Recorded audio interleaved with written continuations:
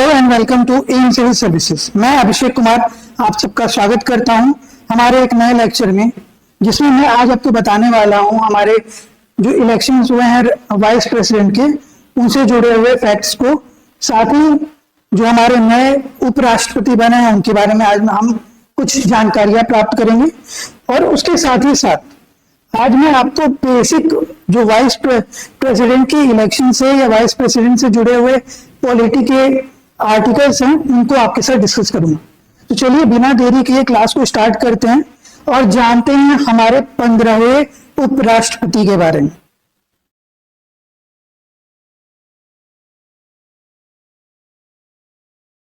देखिए, अगर आप प्रेसिडेंट्स में देखेंगे यानी नंबर में देखेंगे तो फिलहाल ये 15th इंडिविजुअल है जो कि राष्ट्रपति बने हैं। बट अगर आप सीरियल नंबर वाइज देखेंगे तो ये 17th है, क्योंकि हमारे सबसे पहले उपराष्ट्रपति यानी डॉक्टर सर्वपल्ली राधाकृष्णन वो दो टर्म के लिए बने थे, ठीक है, 10 साल के लिए।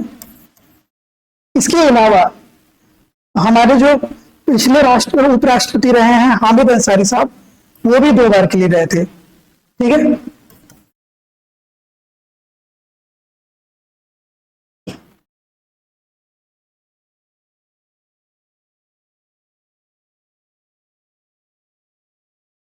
इसके अलावा बाकी लोग सब एक एक बार के लिए रहे हैं, इसीलिए सीरियल नंबर वाइज ये 15th वाइस प्रेसिडेंट है इंडिविजुअल। एंड अगर आप काउंट करें on the basis of tenure, तो टेन्योर के हिसाब से टोटल 17th नंबर के उपराष्ट्रपति, ठीक है। तो कहीं कहीं आपको 17th दिख रहा हो, कहीं कहीं 15th दिख रहा हो, तो कंफ्यूज होने की जरूरत नहीं है, ये मैंने आपको क्लियर कर दिया। चलिए जानते हैं हमारे नए उपराष्ट्रपति सीपी राधाकृष्णन जी के बारे में। उससे पहले थोड़े से फैक्ट्स जो कि संसद टीवी के थ्रू हमें पता चलते हैं कि सबसे पहले उपराष्ट्रपति कौन थे, तो सर्वपल्ली राधाकृष्णन। डॉक्टर सर्वपल्ली राधाकृष्णन के बाद पहले उपराष्ट्रपति जो कि प्रेसिडेंट नहीं बने। मैक्सिमम टाइम आपको देखने को मिलेगा कि शुरुआत में ज्यादातर जितने वाइस प्रेसिडेंट होते थे वो प्रेसिडेंट बनते थे इन फ्यूचर, पर पहले उपराष्ट्रपति, पहले वाइस प्रेसिडेंट जो कि प्रेसिडेंट नहीं बने वो है गोपाल स्वरूप पाठक, ठीक है। ये सारे आपके वनडे एग्जाम्स के लिए बहुत महत्वपूर्ण है, तो इन तथ्यों को, इन फैक्ट्स को आपको याद रखना है। इसके अलावा फर्स्ट दलित वाइस प्रेसिडेंट कौन थे, तो KR नारायणन, ठीक है। इसके अलावा फर्स्ट वाइस प्रेसिडेंट जो कि ऑफिस में जिनकी मृत्यु हो गई, वो died in the office during the office, वो कृष्णकांत, ठीक है। और पहले उपराष्ट्रपति जो कि इंडिपेंडेंस के बाद जन्मे हैं, जैसे हमारे जो अभी प्रधानमंत्री है उनका जन्म आजादी के बाद हुआ है, वैसे ही हमारे पहले उपराष्ट्रपति जिनका जन्म आजादी के बाद हुआ था वो है वेंकैया नायडू साहब, ठीक है। अब ये पहले की बात हो रही है ना, चलिए आगे देखते हैं हमारे अभी के प्रेजेंट 15th उपराष्ट्रपति के बारे में। तो हमारे जो प्रेजेंट उपराष्ट्रपति हैं यानी सीपी राधाकृष्णन साहब, उनका पूरा नाम है चंद्रपुरम पोन्नुस्वामी राधाकृष्णन जी, ठीक है, जिनका जन्म हुआ था 4 मई 1957 यानी 1957 4 मई को इनका जन्म हुआ है तिरुपुर तमिलनाडु में। इसके अलावा इनके पिता का नाम CK पोन्नुस्वामी और माता का नाम K जानकी जी, ठीक है। इनकी एजुकेशन कहाँ तक हुई है, तो ये बैचलर ऑफ बिजनेस एडमिनिस्ट्रेशन यानी BBA कर चुके हैं VO चिदम्बरम कॉलेज तुथिकुड़ी तमिलनाडु से, ठीक है। ये सारे फैक्ट्स हैं, आपके एग्जाम में बहुत ज्यादा नहीं पूछे जाते हैं, पर हम क्योंकि अभी हमारे नए उपराष्ट्रपति बने हैं तो उनके बारे में थोड़ी सी बेसिक जानकारी प्राप्त कर रहे हैं। स्पोर्ट्स में वो कॉलेज चैंपियन थे टेबल टेनिस के, यानी स्पोर्ट्स में उनका रुचि रहा है। इसके अलावा वो 16 साल की उम्र से RSS ज्वाइन कर चुके हैं, ठीक है। 16 ईयर्स ऑफ एज जब था उनका तो उन्होंने RSS ज्वाइन किया, राष्ट्रीय स्वयंसेवक संघ, और उसके बाद भारतीय जनसंघ उन्होंने ज्वाइन किया। और जब भारतीय जनता पार्टी बनी तो फिर वो भारतीय जनता पार्टी से जुड़े हुए हैं अभी तक, ठीक है। इसके बाद ये पॉलिटिकल जर्नी जिनसे पूछा जा सकता है एग्जाम में, तो सबसे मेन इंपॉर्टेंट चीज है कि वो फरवरी 18, 2023 में गवर्नर ऑफ झारखंड अपॉइंट हुए थे। इसके अलावा 2024 31 जुलाई से वो गवर्नर ऑफ महाराष्ट्र हैं। जब वो गवर्नर ऑफ झारखंड थे तब उनके ऊपर अधिभार दिया गया था, यानी एडिशनल उनके ऊपर रिस्पॉन्सिबिलिटी दी गई थी तेलंगाना के गवर्नर के रूप में एक्ट करने की, और साथ ही साथ लेफ्टिनेंट गवर्नर ऑफ पुडुचेरी। ठीक है, ये इंपॉर्टेंट फैक्ट्स है एग्जाम के नजरिए से। बाकी इसके अलावा और थोड़ा बहुत देख लेते हैं। 1974 में वो पॉलिटिक्स में आए जब उन्होंने जनसंघ ज्वाइन किया एज स्टेट एग्जीक्यूटिव कमेटी के चेयरमैन के रूप में, ठीक है, मेंबर के रूप में। फिर 1980 में वो भारतीय जनता पार्टी ज्वाइन की जब वो बन गया। तो इससे आपको एक और फैक्ट मिल गया कि भारतीय जनता पार्टी कब बन के स्थापित हुई है जनसंघ से, वो है 1980 में। 1996 में वो अपॉइंट हुए सेक्रेटरी ऑफ बीजेपी तमिलनाडु, जहां से उनकी रुचि और बढ़ती चली गई। 1996 में वो अपॉइंट हुए सेक्रेटरी बीजेपी तमिलनाडु के। 1998 में इलेक्ट हुए पहली बार लोकसभा के लिए, ठीक है, कोयम्बटूर कॉन्स्टिट्यूएंसी से। और क्योंकि उसके तुरंत बाद फिर से री इलेक्शन हुआ तो वो री अपॉइंट हुए 1999 में, वापस से लोकसभा में री इलेक्ट हुए। ठीक है, उन्होंने बहुत सारी पार्लियामेंट्री कमिटीज में अपना योगदान दिया है, जैसे चेयरमैन रह चुके हैं स्टैंडिंग कमेटी टेक्सटाइल्स के, मेंबर रहे हैं committee of public sector undertaking and PSU, consultative committee on finance के, स्पेशल कमेटी जो बनी थी स्टॉक एक्सचेंज स्कैम को, उसमें भी एक मेंबर के रूप में काम कर चुके। 2004 में वो पार्लियामेंट्री डेलीगेशन के पार्ट थे जिन्होंने यूनाइटेड नेशन जनरल असेंबली में पार्ट लिया था। ठीक है, और वो पहले हैं अमंग फर्स्ट इंडिविजुअल्स है, पार्लियामेंट्री टीम है जो कि ताइवान विजिट की थी। ठीक है, इसके अलावा 2004 से 2007 तक वो बीजेपी स्टेट प्रेसिडेंट के रूप में काम करते रहे। ठीक है, 2016 में वो उन्होंने चेयरमैन कोयर बोर्ड को, कोयर क्या होता है, ठीक है, तो कोयर मतलब होता है कि जो आप नारियल देखते हैं सूखने के बाद जो ऊपर का जो हार्ड पार्ट होता है उसमें से रेसे निकलते हैं, उन रेसों को जोड़ के रस्सी या मैट्स वगैरह बनाई जाती है। ठीक है, उन्हें हम कहते हैं कोयर। ठीक है, तो कोयर बोर्ड के भी वो चेयरमैन रह चुके। तो ये तो था उनका पॉलिटिकल जर्नी, जो थोड़ा बहुत आपको जानकारी रखना था क्योंकि मैं वाइस प्रेसिडेंट बना। ठीक है, अब जानते हैं हम बेसिक वाइस प्रेसिडेंट के बारे में कि वाइस प्रेसिडेंट या उपराष्ट्रपति हमारे कॉन्स्टिट्यूशन में क्या कहाँ मेंशन है। ठीक है, तो आर्टिकल 63, आपको मैं अपनी कॉन्स्टिट्यूशन दिखा दूं। तो आर्टिकल 63 कहता है कि there shall be a vice president, यानी देश में एक उपराष्ट्रपति का होना आवश्यक है। ठीक है, होना चाहिए। ठीक है, आर्टिकल 64 कहता है कि वाइस प्रेसिडेंट जो है वो होंगे ex officio chairman of council of state, यानी का अपर हाउस। ठीक है, जिसे हम राज्यसभा कहते हैं। तो बेसिक चीजें देखिए कि आर्टिकल 63 में मेंशन है अबाउट वाइस प्रेसिडेंट। अगर प्रेसिडेंट्स के तौर पे आप देखें, ठीक है, तो सेकंड हाईएस्ट पोजीशन है कॉन्स्टिट्यूशनल, यानी पहले राष्ट्रपति होते हैं, उसके बाद सेकंड हाईएस्ट उपराष्ट्रपति का दर्जा होता है। ऑर्डर ऑफ प्रेसिडेंट में मैंने बता ही दिया कि वाइस प्रेसिडेंट ठीक नीचे होते हैं प्रेसिडेंट के, यानी second person in constitutional supremacy में देखा जाता है। अब ये जो वाइस प्रेसिडेंट का पोस्ट है ये कहां से इंस्पायर्ड था, तो इंस्पायर्ड था यूएसए मॉडल से, यानी अमेरिकन मॉडल से। ठीक है, यूएसए में भी पहली बार वाइस प्रेसिडेंट का चलन चला था। वाइस प्रेसिडेंट का फंक्शन जो होता है वो होता है चेयरमैन ऑफ राज्यसभा, आर्टिकल 64 में लिखा हुआ है, अपर हाउस ऑफ पार्लियामेंट।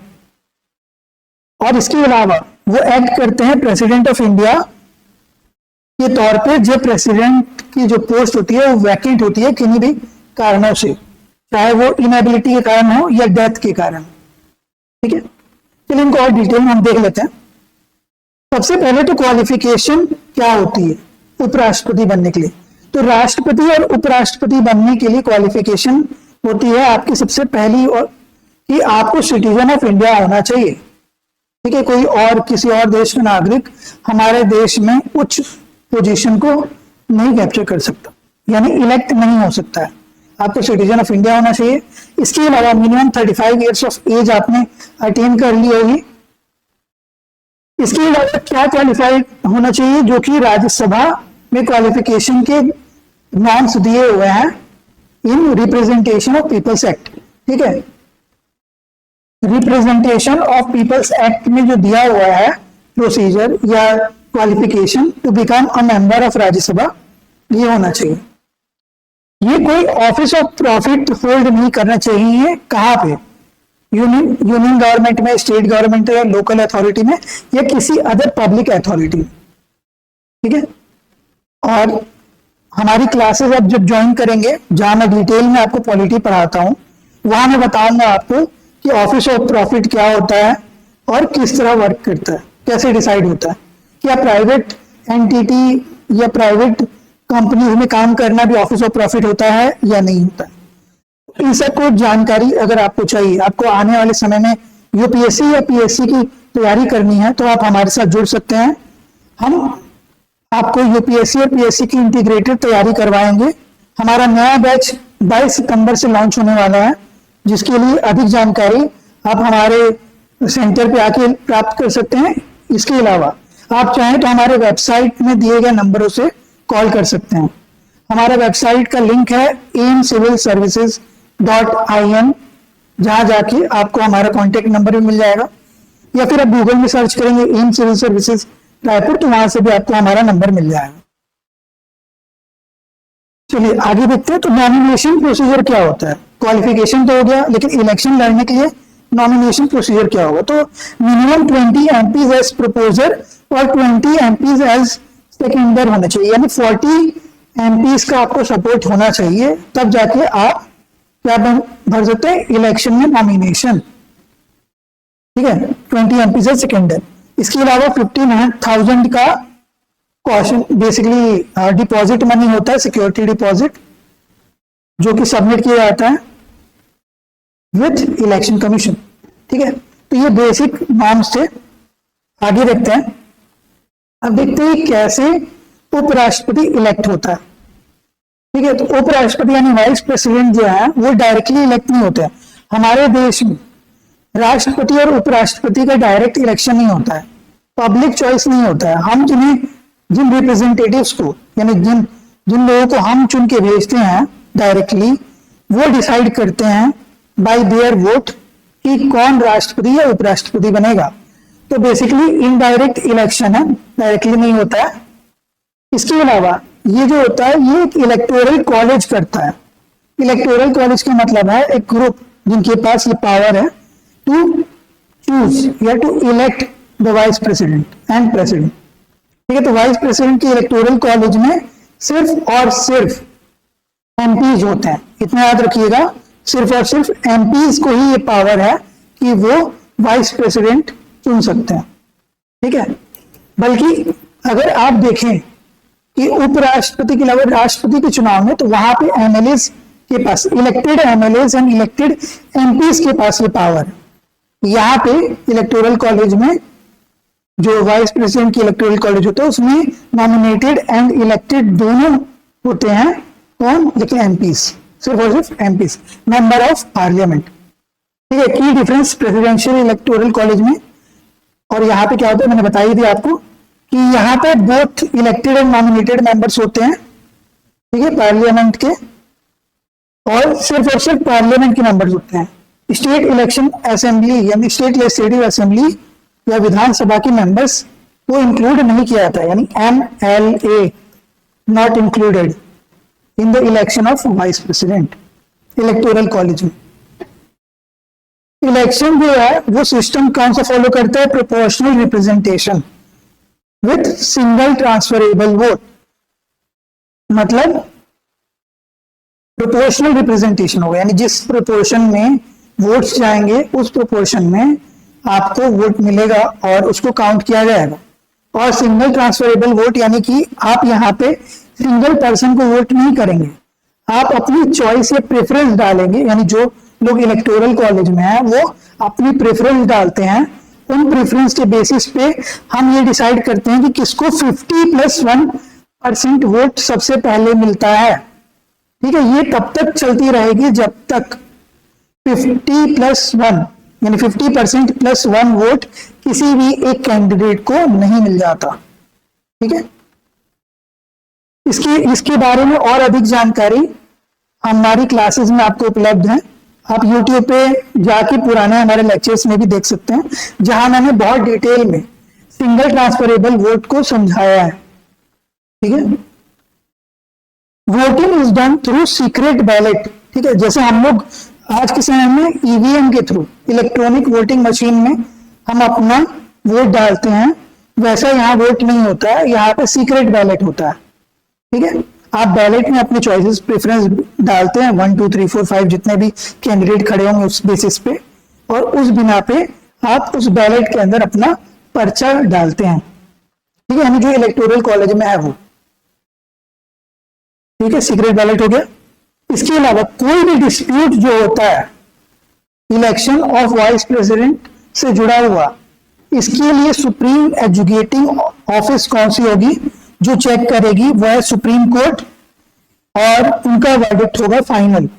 यानी सुप्रीम कोर्ट ने अगर नलिफाई कर दिया तो उसके बाद वो इलेक्शन खारिज भी हो सकता, या उस कैंडिडेट का नॉमिनेशन भी हटाया जा सकता। मतलब उनकी जो वोटिंग उनको मिली है वो माल प्रैक्टिसेस बोल के या मालिफाइड बोल के सुप्रीम कोर्ट उन्हें कैंसिल कर सकती है। तो फाइनल अथॉरिटी कौन है इलेक्शन की डिस्प्यूट या डाउट्स को रिजॉल्व करने के लिए? तो वो है सुप्रीम कोर्ट ऑफ इंडिया। चलिए, अभी हम लोग जो जस्ट हमारा जो इलेक्शन कंप्लीट हुआ है कल, जिसमें हमने सीपी राधाकृष्णन जी को उपराष्ट्रपति बनते हुए देखा, उसमें क्या क्या चीजें हुई थी। तो एनडीए नॉमिनी है सीपी राधाकृष्णन जी। ठीक है, जिन्होंने इलेक्शन जीता, किसे हरा के? तो इंडिया ब्लॉक के कैंडिडेट फॉर्मर सुप्रीम कोर्ट जज पी सुदर्शन रेड्डी को। ठीक है, बी सुदर्शन रेड्डी को टोटल 300 वोट्स मिले। ठीक है, और सीपी राधाकृष्णन जी को 452 वोट्स मिले। ठीक है, तो टोटल 152 वोट्स की मार्जिन से जीते हैं सीपी राधाकृष्णन जी। ठीक है, उस समय हमारे जो इलेक्शन प्रोसेस को चेक कर रहे थे वो पीसी मोदी जी के द्वारा हो रहा था, जो कि सेक्रेटरी जनरल है राज्यसभा के और रिटर्निंग ऑफिसर से वाइस प्रेसिडेंट इलेक्शन के। इन्होंने बताया कि टोटल जो इलेक्टर्स थे वो थे 781, जिनमें से 767 एमपीज ने अपना वोट एक्सरसाइज किया, वोट दिया, जिनमें से 15 बैलेट्स वर रिजेक्टेड। ठीक है, 15 बैलेट्स को रिजेक्ट कर दिया गया, और 752 वोट्स टोटल कास्ट हुए, जिनको काउंट किया गया वैलिड वोट्स। ठीक है, इस तरह से आपको ये पता चलता है कि कल के जो इलेक्शंस हुए उसमें कितना वोट्स किसे मिला, और इनको और जानकारी की कैसे ये ट्रांसफर होते हैं, कैसे सिंगल ट्रांसफरेबल वोट काम करता है, आप हमारे पुराने लेक्चर्स को देख सकते हैं।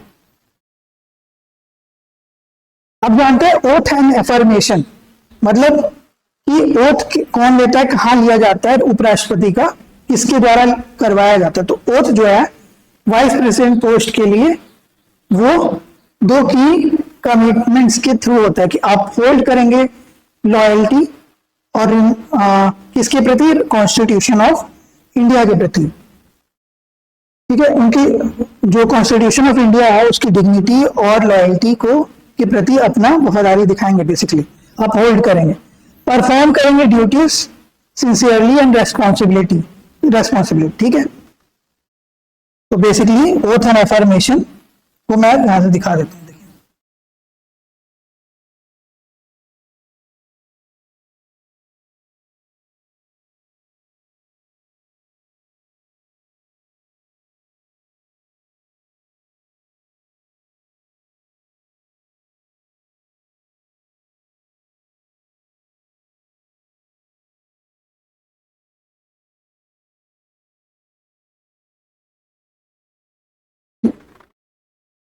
नहीं हो रहा तो बेसिकली, और हाँ, सबसे इंपॉर्टेंट पॉइंट जो आपको याद करने वाला है वो है प्रेसिडेंट ऑफ इंडिया जो है वो ओथ दिलवाते हैं उपराष्ट्रपति को। मतलब appointed by president of India, ठीक है, और ओथ भी एडमिनिस्टर होता है प्रेसिडेंट ऑफ इंडिया के द्वारा। अपना त्याग पत्र भी प्रेसिडेंट ऑफ इंडिया को दिया जाता है, रेजिग्नेशन भी। कंडीशन ऑफ ऑफिस क्या है कि वाइस प्रेसिडेंट जो है can not remain a member of parliament. अगर वाइस प्रेसिडेंट बनते हैं तो वो कोई ऑफिस ऑफ प्रॉफिट नहीं ले सकते हैं, ना ही कि अगर पार्लियामेंट में या एमपी हैं या एमएलए बने हुए हैं तो उन्हें वो पद छोड़ना पड़ेगा। लोकसभा राज्यसभा के, ना ही स्टेट लेजिस्लेटिव असेंबली के मेंबर रह सकते हैं। मतलब बेसिकली एमएलए और एमपी वो नहीं रह सकते। वाइस प्रेसिडेंट जो होंगे वो कोई ऑफिस ऑफ प्रॉफिट नहीं होल्ड करेंगे, मैंने बता दिया आपको। इसके अलावा टर्म और वैकेंसी जानते हैं। तो टर्म बेसिकली होता है 5 ईयर का टेन्योर होता है, कब से, जिस दिन वो एज्यूम करेंगे अपना ऑफिस, ठीक है, जिस दिन वो एज्यूम सिग्नेचर करके अपना ऑफिस एज्यूम करते हैं उस दिन से 5 साल तक, ठीक है। जिस दिन ओथ लेते हैं उस दिन नहीं, ओथ लेने के बाद जब वो ऑफिस में जाके सिग्नेचर करते हैं और फिर ऑफिस को एज्यूम कर लेते हैं। रिजाइन कर सकते हैं किसी भी समय प्रेसिडेंट को एक त्याग पत्र देकर, रेजिग्नेशन लेटर देके, ठीक है। कंटिन्यू करेंगे ऑफिस जब तक अगला सक्सेसर नहीं आ जाता, ठीक है। अगर 5 साल पूरे हो जाते हैं उसके बाद भी वो कितने बार भी री इलेक्शन के लिए एलिजिबल है, कितनी बार भी री इलेक्ट हो सकते हैं, जिसका एग्जाम्पल हमने सर्वपल्ली राधाकृष्णन जी के समय में देखा, जो कि 2 बार हो चुके हैं, और हामिद अंसारी जी भी 2 बार उपराष्ट्रपति रह चुके हैं। वैकेंसी कैसे होगी, मतलब खाली कैसे होता है पोस्ट, तो या तो त्याग पत्र देके करेंगे तो खाली होगा, ठीक है, बाय रेजिग्नेशन, या 5 साल का टेन्योर खत्म हो गया तो होगा। रिमूव किया जाता है अगर उनको ऑफिस से तब हो सकते हैं, या उनकी मृत्यु हो जाती है, या कोई और कंडीशन जैसे डिस्क्वालिफिकेशन और इलेक्शन को वॉइड डिक्लेयर कर दिया जाए तब, ठीक है, या हेल्थ इशू, ठीक है, डेथ के साथ साथ हेल्थ इशू के कारण भी रेजिग्नेशन दिया जा सकता है। जैसे जस्ट इनसे पहले जो हमारे उपराष्ट्रपति थे जगदीप धनखड़ जी, उन्होंने हेल्थ इशू को कहते हुए त्यागपत्र दिया था। अगर वैकेंसी क्रिएट होती है तो इलेक्शन जो है ना वो अर्लीस्ट में होना चाहिए। जैसे प्रेसिडेंट ने 6 महीने का टर्म दिया हुआ है कि 6 महीने के अंदर अंदर वैकेंसी क्रिएट होने से इलेक्शन हो जाना चाहिए, पर उपराष्ट्रपति में ऐसा कोई डेट फिक्स नहीं है, बस इतना लिखा हुआ अर्लीस्ट होना चाहिए, जितनी जल्दी पॉसिबल हो उतनी जल्दी करिए, ठीक है। Supreme court remove the vice president for committing electoral, मैंने बताया कि जो लास्ट फाइनल अथॉरिटी होती है इलेक्शन डाउट से या कुछ और चीजों से, उसको किसके पास होती है, सुप्रीम कोर्ट के पास। तो सुप्रीम कोर्ट जो है रिमूव कर सकते हैं वाइस प्रेसिडेंट को जब अगर वो इलेक्टोरल माल प्रैक्टिसेस करते हैं upon being ineligible to be Rajya Sabha member, अगर या फिर राज्यसभा मेंबर होने से इनएलिजिबल हो जाते हैं according to representation of people's act 1951, ठीक है। अब जानते हैं कि प्रोसीजर क्या होता है राष्ट्रपति को इलेक्ट करने का। तो राष्ट्रपति को इलेक्ट करने का जो प्रोसीजर है वो दिया हुआ है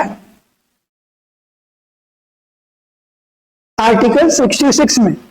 आर्टिकल 66 कहता है कि इलेक्शन ऑफ वाइस प्रेसिडेंट, इसमें लिखा है कि प्रेसिडेंट जो वाइस प्रेसिडेंट होंगे वो इलेक्ट होंगे member of N electoral college, जैसा मैंने आपको बताया, जो कि दोनों हाउस ऑफ पार्लियामेंट से मेंबर्स होंगे, चाहे वो इलेक्टेड मेंबर हो चाहे वो नॉमिनेटेड मेंबर्स हो, ठीक है।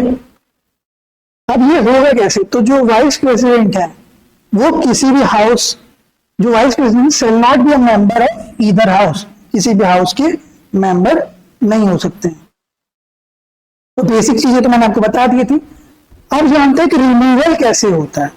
जैसे हमने यहां पढ़ा कि उनको रिमूव किया जा सकता है ऑफिस से, ठीक है। प्रेसिडेंट को रिमूव करते हैं तो टर्म यूज होता है इम्पीचमेंट, पर उपराष्ट्रपति को हटाने के लिए इम्पीचमेंट या महाभियोग शब्द का इस्तेमाल नहीं किया जाता है।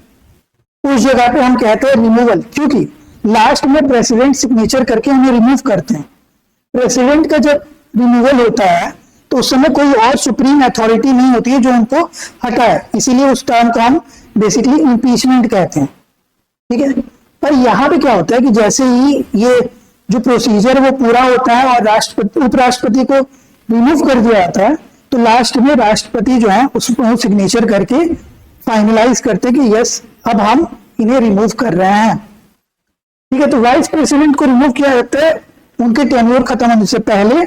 रिमूवल जो होता है वो कैसे होगा, रेजोल्यूशन इन पार्लियामेंट। ठीक है, रेजोल्यूशन ला के होगा, लेकिन रेजोल्यूशन लाने से पहले 14 दिन पहले मिनिमम क्या करना होता है, जिनके खिलाफ वो रेजोल्यूशन लाया जा रहा है, जिस भी व्यक्ति के खिलाफ, उन्हें 14 दिन पहले ये बताना होता है कि हम आपके खिलाफ रेजोल्यूशन ला रहे हैं आपके रिमूवल के लिए।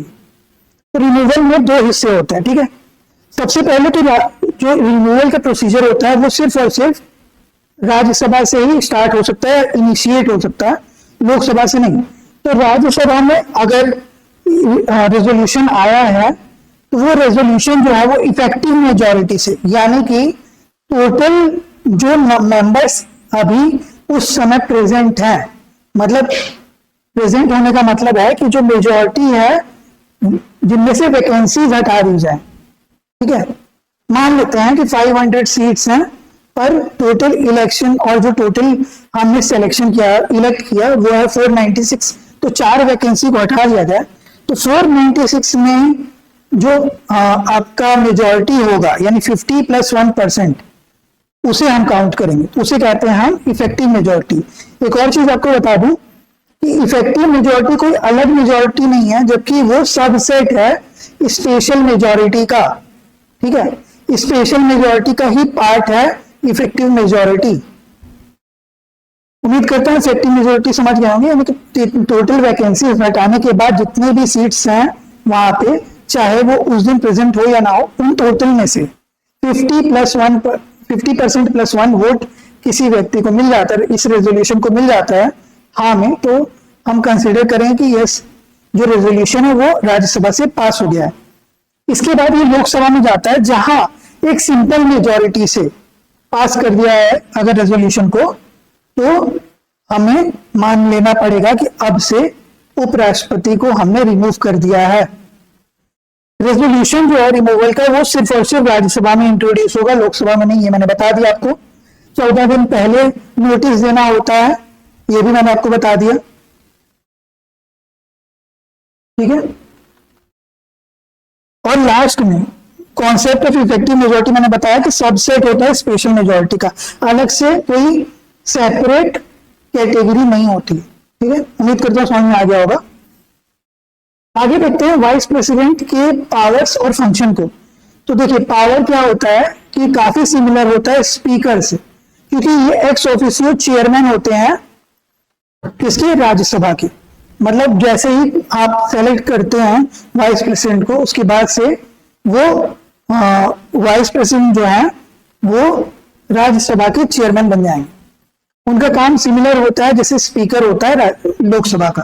फंक्शन जो करते हैं वो प्रिसाइडिंग ऑफिसर के तौर पे करते हैं राज्यसभा के, जैसे कि यूएस में वाइस प्रेसिडेंट करते हैं सेनेट में। ठीक है, उसके बाद एक्ट करते हैं प्रेसिडेंट ऑफ इंडिया के तौर पे जब वैकेंसी क्रिएट होती है, जैसे मैंने पहले बता दिया आपको, चाहे वो रेजिग्नेशन से हो, रिमूवल से हो, डेथ से हो, और किसी अदर कारणों से हो। ठीक है, इसके बाद आता है वो डिस्चार्ज कर सकते हैं role of president for maximum 6 month until new president is elected. जब तक नए प्रेसिडेंट नहीं चुने जाते तब तक वो डिस्चार्ज कर सकते हैं ड्यूटी को एज प्रेसिडेंट ऑफ इंडिया। ठीक है, टेम्पररीली एज्यूम करते हैं, याद रखिएगा टेम्पररीली एज्यूम करते हैं, परमानेंट प्रेसिडेंट नहीं बनते हैं। जब वो एक्ट करते हैं प्रेसिडेंट के तौर पे, तो वाइस प्रेसिडेंट जो है ना वो राज्यसभा को प्रिसाइड नहीं कर सकते, क्योंकि जब वो एक्ट कर रहे हैं राष्ट्रपति के तौर पे तब वो उपराष्ट्रपति नहीं कहलाएंगे। ठीक है, इसीलिए वो एक्स ऑफिशियो चेयरमैन भी नहीं होंगे। तो ये था पावर एंड फंक्शन। लास्ट में हम सिग्निफिकेंस देखते हैं और इसके साथ ही इस क्लास को एंड करते हैं, जहां हमने बेसिक डिटेल्स जाना कि उपराष्ट्रपति होते क्या है। तो प्रिसाइडिंग अथॉरिटी है, मैंने बता दिया आपको, ठीक है। प्रिसाइड करते हैं राज्यसभा को, डिसिप्लिन मेंटेन करते हैं, ठीक है। वो अपहोल्ड करता है ऑर्डर को, डिसिप्लिन को, एडहेरेंस को, ताकि पार्लियामेंट्री रूल और प्रोसीजर के तहत काम हो सके। उनका कास्टिंग वोट होता है। हालांकि उपराष्ट्रपति मेंबर ऑफ राज्यसभा नहीं होते हैं, पर फिर भी उनके पास ये पावर अथॉरिटी होती है कि कास्टिंग वोट वो डाल सकते हैं। जब टाई होता है तो उस केस में उनका वोट सुप्रीम माना जाता है, यानी कास्टिंग वोट होगा। कमेटी ओवरसाइट्स करते हैं, ठीक है, देखते हैं कि जो कमेटीज बनी है वो सही से फंक्शन कर रही है कि नहीं, और उनके फंक्शन में क्या नतीजा निकल रहा है। और लास्ट में जुडिशियल रिमूवल मोशन भी वो देख सकते हैं, यानी हाई कोर्ट और सुप्रीम कोर्ट के रिलेटेड जो भी मोशंस आती हैं उनके ऊपर डिस्क्रिशन होता है उपराष्ट्रपति का। वही तय करेंगे कि उस मोशन को उन्हें एक्सेप्ट करना है या रिजेक्ट करना है। तो ये था उपराष्ट्रपति के बारे में बेसिक जानकारियां जो मैंने आपको कम शब्दों में बताने की कोशिश की है। इसके साथ ही मैंने आपको हमारे नए उपराष्ट्रपति के बारे में भी थोड़ी जीवनी का और तथ्यों का मूल्यांकन करवाया है। तो उम्मीद करता हूं आपको ये लेक्चर अच्छा लगा होगा। अगर ये लेक्चर अच्छा लगा तो प्लीज इस लेक्चर को लाइक करें, चैनल को सब्सक्राइब करें, बेल आइकन दबा दें ताकि आने वाले नोटिफिकेशन आपको मिलते रहें। चलिए इसी के साथ इस क्लास को एंड करते हैं। हमारी फिर मुलाकात होगी अगले लेक्चर में। तब तक के लिए पढ़ते रहिए, अपना ख्याल रखिए। Thank you and have a nice day.